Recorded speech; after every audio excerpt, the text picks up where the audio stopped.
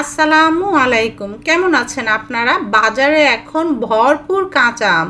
যখন তখন কাঁচা আম মাখানো আমরা খাই, তবে সবসময় এক রকমের কাঁচা আম মাখানো খেতে ভালো লাগবে না। মজার মজার সব ভিন্ন ভিন্ন রকমের কাঁচা আম মাখানো খেতেই লাগবে সুস্বাদু।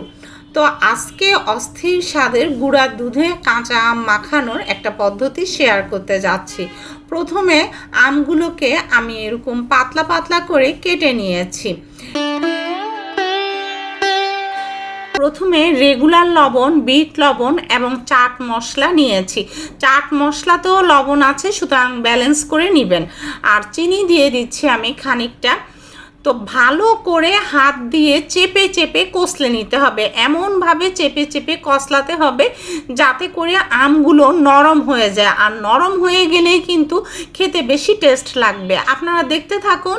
সেই ফাঁকে বলি, সবাই ইউটিউবে চ্যানেলটাকে সাবস্ক্রাইব করে পাশে থাকবেন, পাশের বেল আইকনটা প্রেস করবেন যাতে করে নো ফেল ক্লিয়ার ডিটেলস করা রেসিপির ভিডিও নোটিফিকেশন আপনাদের কাছে পৌঁছে যায়। আর যারা ফেসবুকে ওয়াচ করছেন তারা ফলো দিবেন, ফলো দিলেই পৌঁছে যাবে ভিডিও নোটিফিকেশন আপনাদের কাছে। এখন আমি গুঁড়া দুধ দিয়ে দিচ্ছি। মিল্ক পাউডার কিন্তু বেশ খানিকটাই দিতে হবে, তাহলে দুর্দান্ত স্বাদটা আপনারা পাবেন। হাত দিয়ে মাখিয়ে নিচ্ছি। সব শেষে দিব চিলি ফ্লেক্স।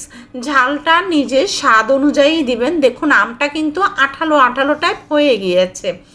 এখন চিলি ফ্লেক্স দিয়ে সার্ভ করারই দেরি।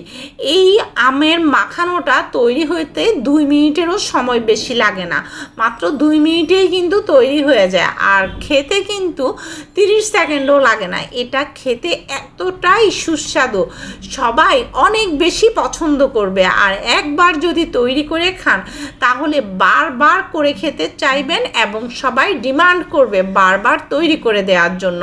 ফিডব্যাকটা কিন্তু অবশ্যই আমাকে জানাবেন। ভালো থাকবেন সবাই। পরবর্তী ভিডিও দেখার নিমন্ত্রণ রইল। আল্লাহ হাফেজ।